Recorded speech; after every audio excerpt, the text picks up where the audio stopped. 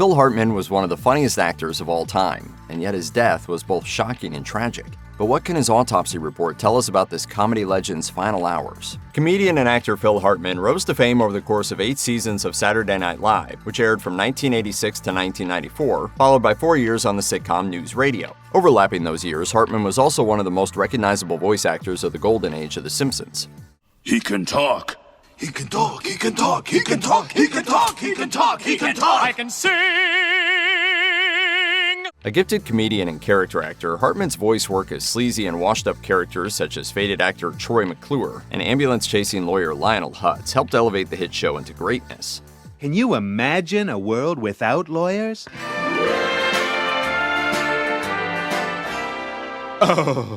Hartman's influence on his fellow voice actors was so great that when Futurama voice actor Billy West was tasked with bringing to life the solipsistic space pilot Zap Brannigan, he based his voice partly on Hartman's work on The Simpsons.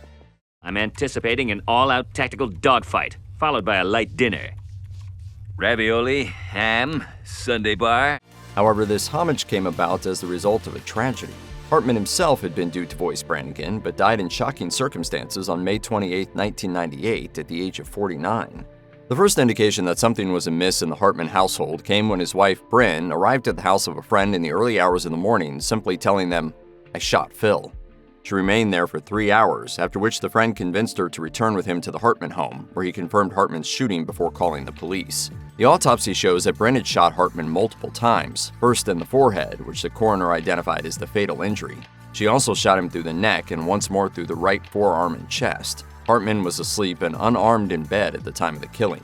After Bryn Hartman returned to the Hartman home with her friend in the early hours of the morning, she went and hid in the bedroom with Hartman's body, refusing to come out. The friend passed officers the revolver that Bryn had brought with her when she turned up at his house, but by the time they arrived at the scene, she had taken possession of another pistol. As police tried to talk her into turning herself into custody, a shot rang out. Bryn was found dead of a single gunshot wound next to where she had killed Hartman, who had been dead for hours. They were lying side by side on the bed. The report claims that there was no known motive for the murder-suicide at the time of its publication, but as the years have gone on, details have emerged about the couple's relationship. The ABC News show The Last Days of Phil Hartman drew testimony from the couple's friends, including some that claimed they'd endured serious marital problems. Notably, Bryn was intoxicated at the time of the murder, having consumed alcohol and cocaine, as well as the antidepressant Zoloft.